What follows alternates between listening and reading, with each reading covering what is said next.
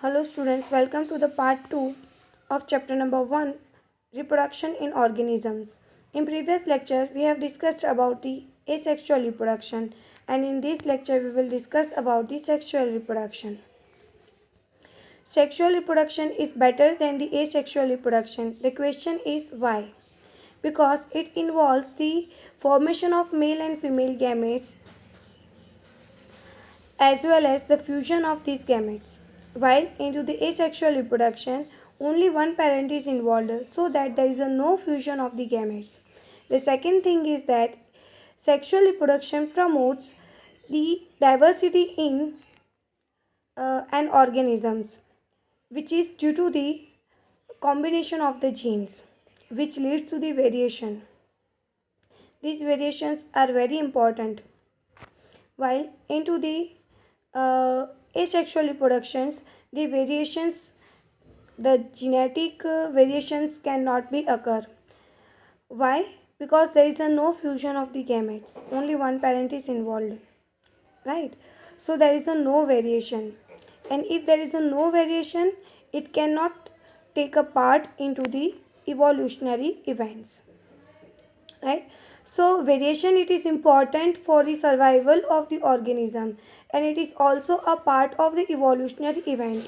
This is the reason why the sexual reproduction is better than the asexual reproduction. Now, as I have told you, in sexual reproduction, it involves the formation of the male and female gametes in the same individual. That these organisms are bisexual, for example, earthworm. While the formation of the male and female gametes are also occurs into the different organisms, and these organisms are the unisexuals. That means they possess the opposite sex. Okay, in the bisexual organisms are known as the hermaphrodites. Okay, these all organisms reaches to the stages of the growth and maturity before they produce sexually. So on this basis they are differentiated into three phases. They are passes from the three phases. The first phase is the juvenile phase. In this phase the animals uh, the period of the growth to attain the maturity, it is called the juvenile phase. In plant it is known as a vegetative phase. Okay, that means organisms जब अपनी maturity attain करते हैं, उससे पहले तक का period जब उनकी लाइफ में ग्रोथ हो रहा होता है, जब वो अभी तक रिप्रोडक्शन के लिए कैपेबल नहीं है, तब तक का स्टेज, जैसे ही वो मैच्योरिटी गेन करते हैं, रिप्रोडक्शन के लिए कैपेबल हो जाते हैं, तब ये फेज स्टॉप हो जाता है, right? So this phase is up to the maturity. जैसे ही मैच्योरिटी आ जाती है, वैसे ही ये फेज का एंड आ जाता है. तो juvenile phase, that means it is a period of the growth to attain the maturity. और प्लांट में ये फेज को क्या बोला जाता है? वेजिटेटिव फेज बोला जाता है. ओके, अब हम प्लांट्स पे डिटरमाइन कैसे करेंगे कि ये वेजिटेटिव फेज कितने टाइम तक है. तो जैसे ही प्लांट में फ्लावरिंग स्टार्ट हो जाता है, तो फ्लावरिंग स्टार्ट हो गया, that means juvenile phase, vegetative phase and up हो गया, राइट? फ्लावरिंग स्टार्ट होना, दैट मीन्स अब वेजिटेटिव फेज स्टॉप हो गया है एंड रिप्रोडक्टिव फेज स्टार्ट हो गया है. So the second phase is the reproductive phase, जिसमें ऑर्गेनिज्म रिप्रोड्यूस कर सकते हैं. जब तक वो रिप्रोडक्शन कर सकते हैं, रिप्रोडक्शन के लिए कैपेबल होता है, वो फेज को हम रिप्रोडक्टिव फेज बोलते हैं. ओके, जो हम लोग ये चैप्टर में डिटेल में पढ़ेंगे. Now the next is senescent phase. In this phase it is the end of the reproductive phase, right? We can call it as the old age. Okay, after this age the organism dies up, फिर उसकी death हो जाती है. सो जब old age आती है, जब organism reproduction के लिए कैपेबल नहीं रहते, उसके बाद जब ओल्ड एज आती है और उसके बाद वो ऑर्गेनिज्म डेथ को फॉलो करते हैं, ये जो फेज़ है वो फेज़ को हम सेंसेंट फेज बोलते हैं. So again let's have a recap of it. Organism passes through the three phases: juvenile phase, reproductive phase and senescent phase. So juvenile phase that means reproduction से पहले का फेज, जब ऑर्गेनिज्म ग्रोथ करते हैं और maturity तक पहुंचते हैं। मैच्योरिटी आ जाती है दैट मीन्स अब वो रिप्रोडक्शन कर सकते हैं जब उसमें हार्मोनल चेंजेस आते हैं। जो प्लेसेंटल मैमल्स है उनकी बॉडी में हार्मोनल चेंजेस आता है। ये हार्मोनल चेंजेस आने की वजह से वो रिप्रोडक्शन के लिए कैपेबल हो जाते हैं। तो तब तक का जो फेज़ है वो जुवेनाइल फेज़ है। उसके बाद रिप्रोडक्टिव फेज स्टार्ट होता है।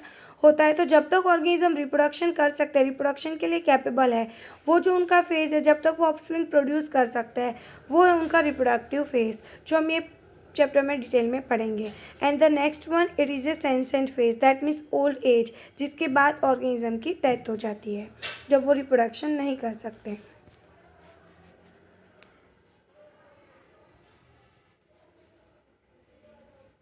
Okay, now the reproduction in flowering plants. So plants are divided into three types as per their life cycles. So first one is the annual plant. So these plants completes its life cycle within a 1 year and then dies. For example, peas.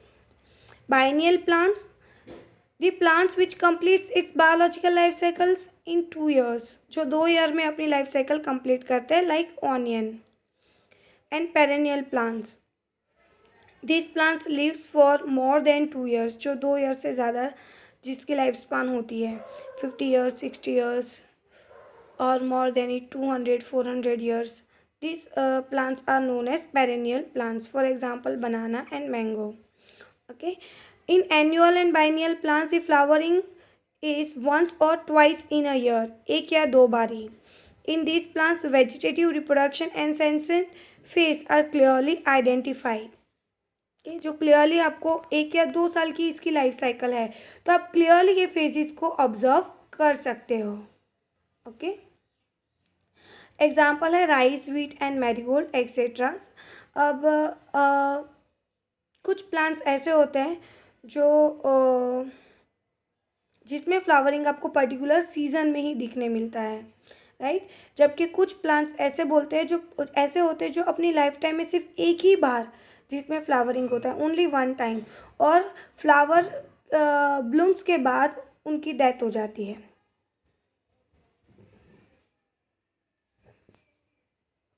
Let's see the unusual phenomenon of some flowering plants. So first example है bamboo species. So 50 to 100 years में वो एक ही बार large amount of flowers produce करते हैं, जिसमें से large amount of fruit produce होता है, एंड देन उसकी डेथ हो जाती है. तो यहाँ पे ये जो दो पिक्चर है, ये बाम्बू के पिक्चर है, ये उसका फ्रूटिंग बॉडी है, ये उसके फ्लावर्स है. ओके, सो 50 to 100 ईयर्स उतनी उसकी लाइफ स्पान होती है. एमसीक्यू में ये क्वेश्चन आ सकता है, 50 to 100 ईयर्स जितनी उसकी लाइफ स्पान होती है. ओके, और ये लाइफ में एक ही बार फ्लावर्स प्रोड्यूस करते हैं, देन फ्लावर्स में से फ्रूट प्रोड्यूस हो गया और उसके बाद ये प्लांट की डेथ हो जाएगी. Now the second example is Strobilanthes kunthiana, जिसको हम लोकल लैंग्वेज में नीला करंजी भी बोला जाता है. ये जो प्लांट्स है वो 12 ईयर्स में एक बार उसके ऊपर फ्लावर्स आते हैं, 12 ईयर्स में वन टाइम. ओके, सो पहले वो देखने मिले थे सितंबर अक्टूबर 2006 में, उसके बाद वो देखने मिले इन 2018 में, और अब 12 ईयर्स के बाद फिर से देखने मिलेंगे. ओके, सो 12 ईयर में वन टाइम इसका फ्लावरिंग होता है और बहुत लार्ज अमाउंट में वो फ्लावर्स प्रोड्यूस करते हैं, जो आप ये इमेज में देख सकते हो. This flowers are very beautiful and very attractive. तो उस टाइम में टूरिज्म के लिए वहाँ पे ये पीरियड वहाँ पे मेन ये फ्लावर की वजह से अट्रैक्टिव रहता है और इसकी वजह से टूरिज्म भी काफ़ी रहता है. अब यहाँ पे फ्लावर का मैंने एनलार्ज्ड फोटोग्राफ भी आपको शो किया है. So this is the unusual phenomenon. तो ये आपको एमसीक्यू में आ सकता है, तो वो आपको याद रखना है या शॉर्ट क्वेश्चन आंसर में. Now the next is breeding of animals. So there are two types of the animals on the basis of the time of breeding. The first one is seasonal breeder and the second one is continuous breeder. Okay, seasonal breeder. So they produce the particular period of the year. They reproduce at the particular period of the year, such as a frog, lizard, most of the bird, deer etcetera. अब इसमें ऐसा भी हो सकता है कि जैसे कि मोनो सीजनल हो, मतलब कि ईयर में एक ही बार, या फिर ईयर में 2 टाइम्स और मोर देन 2 टाइम्स, जो पोली सीजनल बोले जाएंगे, मोनो, बाई और पोली सीजनल्स. बट ये फिक्स है कि इनका उनकी बॉडी में रिप्रोडक्शन पर्टिकुलर पीरियड में ही होगा. जबकि मैं कंटिन्यूस ब्रीडर की बात करूँ तो कंटिन्यू ब्रीडिंग कर सकते हैं through out the sexual maturity. मतलब एक बार प्यूबर्टी एज पे पहुंचने के बाद जब उनमें रिप्रोडक्शन के लिए कैपेबिलिटी आ जाती है, जब मैच्योरिटी आ जाती है, उसके बाद तब तक सेक्शुअल मैच्योरिटी रहती है, तब तक वो थ्रू आउट ब्रीडिंग कर सकते हैं, कंटिन्यूस ब्रीडिंग कर सकते हैं. तो उसके एग्जाम्पल्स यहाँ पे honey bee, queen, poultry rabbit और another poultry birds like hens, chickens, mice, cattle. Okay, these are the continuous breeders. These placental mammals exhibit the reproductive cycle that leads to the change into the ovaries and hormonal levels. And they follow the 2 types of the reproductive cycles: estrous cycle and menstrual cycle. So the estrous cycle is always seen into the non-primate mammals, while the menstrual cycle is seen into the primate mammals. Look, what is the difference between the primate and non-primate? Okay, so primate mammals, primate is the order के mammals के 16 order है, जिसमें से सबसे last order है वो है primates, जिसमें 6 ऑर्गेनिजम्स इन्वॉल्व होते हैं: monkeys, apes, human beings, lemurs. These are the animals, mammals which are involved into the primates. Okay, तो primates नॉन प्राइमेट्स से कैसे डिफरेंट होते हैं? तो प्राइमेट्स जो है, जिसमें प्राइमेट्स में मेंस्ट्रुअल साइकिल फॉलो होती है और नॉन प्राइमेट्स में स्ट्रेस साइकिल फॉलो होती है. प्राइमेट्स नॉन प्राइमेट्स से ज़्यादा इंटेलिजेंट होते हैं. इवन उनके थंब में भी फ़र्क होता है कि उनका एक थंब जो होता है वो 4 फिंगर से सेपरेट होता है. तो ये भी एक कैरेक्टरिस्टिक है जिससे आप प्राइमेट्स को फाइंड आउट कर सकते हो और नॉन प्राइमेट से डिस्टिंग्विश कर सकते हो. ओके, इनका जो 4 ब्रेन होता है प्राइमेट्स का, वो नॉन प्राइमेट से लार्जर होता है. So these are some difference between the primates and non primates. Okay, तो काउ, डॉग्स, रैट्स, टाइगर्स, ये सब नॉन प्राइमेट्स एनिमल्स है. अब बात करें कि stress cycle and menstrual cycle की, तो जो सीजनल ब्रीडर्स है उसमें स्ट्रेस साइकिल होती है, मतलब कि नॉन प्राइमेट्स जो है वो सीजनल ब्रीडर्स है और जो प्राइमेट्स है वो कंटिन्यूअस ब्रीडर्स है. तो stress cycle and menstrual cycle के बीच में डिफरेंस क्या है?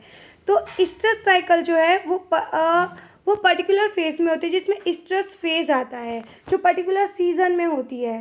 Right, stress phase that means एक ऐसा फेज जब वो रिप्रोडक्शन के लिए कैपेबल होते हैं, ऑर्गेनिज्म रिप्रोडक्शन के लिए कैपेबल होते हैं.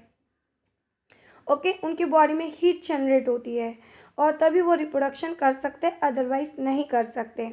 ओके, और मेंस्ट्रुअल, और दूसरा एक डिफरेंस, मेंस्ट्रुअल साइकिल में ऐसा होता नहीं है. एक बार जब वो मैच्योरिटी गेन कर लेते हैं और जब तक उनका सेक्सुअल मैच्योरिटी पीरियड चलता है तब तक वो रिप्रोडक्शन कर सकते हैं. इसमें कोई फेज नहीं होता है, जबकि इसमें फेज होता है. सेकेंड थिंग कि मेंस्ट्रुअल साइकिल में ब्लीडिंग होती है, स्ट्रेस साइकिल्स में ब्लीडिंग नहीं होती है. मेंस्ट्रुअल साइकिल में क्या होता है, जो यूटेरस होता है, यूटेरस की जो एंडोमेट्रियम, यूटेरस में जो एंडोमेट्रियम होता है उसकी लाइनिंग, उसका ब्रेकडाउन होता है और ब्लीडिंग एक्सक्रीट होता है वजाइनल रीजन में से, फीमेल के वजाइनल रीजन में से ब्लीडिंग होता है. जबकि यहाँ पे स्ट्रेस साइकिल में ऐसा होता नहीं है. एंडोमेट्रियम में दोनों में फोल्डिंग शो होते हैं. मेंस्ट्रुअल साइकिल में ये फोल्डिंग्स जो होते हैं वो ब्रेक डाउन हो जाते हैं, ब्लड वेसल्स ब्रेक डाउन होते हैं और ब्लड एक्सक्रीट होता है. जबकि स्ट्रेस साइकिल में यूटेरस वॉल में वो अगेन एब्जॉर्ब हो जाता है, जिसकी वजह से ब्लीडिंग होती नहीं है, और अगर होती है तो बहुत माइन्यूट, ड्रॉप वाइज. ज़्यादातर स्ट्रेस साइकिल में मेनली ब्लीडिंग होती नहीं है और इसमें स्ट्रेस फेज होता है. रिमेंबर वन थिंग, इसमें स्ट्रेस फेज आता है, मतलब तब बॉडी में हीट जनरेट होती है और तभी वो रिप्रोडक्शन कर सकते हैं, जिसको हम सीजनल बोल सकते हैं कि ये सीज़न में कोई पर्टिकुलर सीज़न में ये हीट प्रोड्यूस होती है, पर्टिकुलर टाइम पे ये हीट प्रोड्यूस होती है जब वो रिप्रोडक्शन कर सकते हैं. जबकि मेंस्ट्रुअल साइकिल में ऐसा कुछ भी होता नहीं है. मेंस्ट्रुअल साइकिल में ब्लीडिंग होती है, और ये रिपीटेटिव साइकिल है जो प्राइमेट्स में होती है, और ये कंटिन्यूस होती है जब तक वो सेक्सुअल मैच्योरिटी पीरियड रहता है उसमें, तब तक ये साइकिल रन आउट होती है. So this is the difference between the estrus cycle and menstrual cycle. Okay, thank you.